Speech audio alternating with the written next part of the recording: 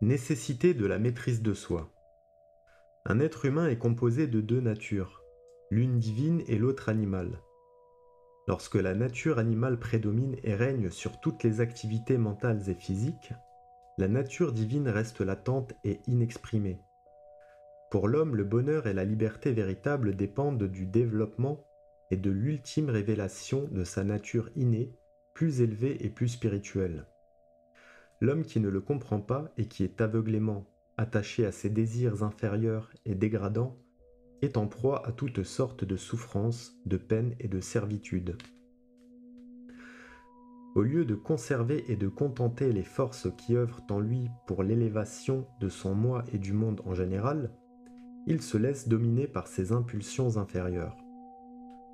En conséquence, il récolte une moisson de malheurs, de peines et d'anxiété. Un tel homme a réellement abusé de la vie précieuse qui lui avait été accordée et qu'il a gaspillée. Le succès de l'homme dans la vie ne peut se mesurer que dans une vie de sacrifice et de service comportant une parfaite maîtrise de son esprit.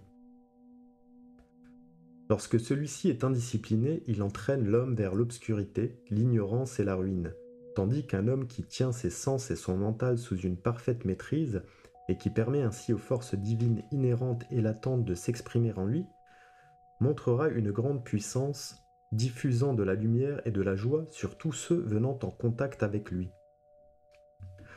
Pour permettre au principe créateur dans la nature humaine de triompher sans obstacle et de produire le plus grand bien pour le plus grand nombre, l'homme devrait se libérer des griffes de l'égoïsme et par une sage soumission de ses tendances malsaines, il devrait s'élever à la hauteur d'une existence immortelle. À son insu ou sans comprendre, l'homme gaspille ses énergies en différentes et vaines poursuites. Les grandes âmes qui ont répandu sur l'humanité l'éclat de leur bienfaisance sont celles qui ont gagné, par un effort continu et efficace, une maîtrise absolue sur elles-mêmes. Voilà les vrais créateurs dans le monde. Ce que chacun doit considérer profondément, c'est quelles sont les plus hautes possibilités que nos vies nous offrent pendant notre bref séjour dans ce monde. Si l'homme oriente son mental sur cet aspect du problème de la vie, il ne manquera pas de découvrir que la plus grande partie de celle-ci a été vécue en vain.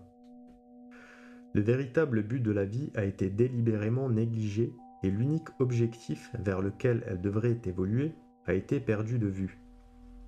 La principale aspiration de l'homme devrait donc être d'amener à la soumission toutes les forces de sa nature et de les diriger, par le moyen de la concentration, vers le but véritable.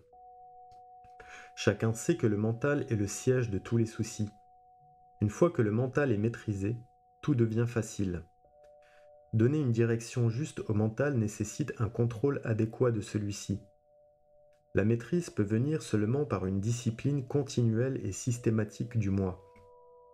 Beaucoup de gens qui liront ces lignes s'exclameront, entre guillemets, le chemin de la discipline n'est pas pour tout le monde, il n'est surtout pas pour les gens qui vivent dans le monde, qui se mêlent à lui et qui ne sont pas en mesure de se lier à une quelconque forme de discipline spirituelle. Fermez les guillemets.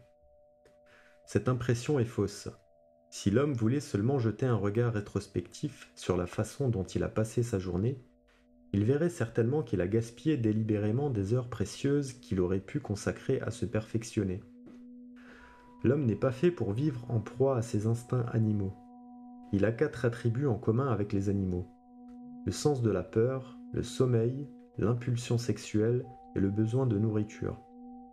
Si l'homme devient l'esclave de ses tendances animales et ne les maîtrise pas, il ne sera homme que de nom.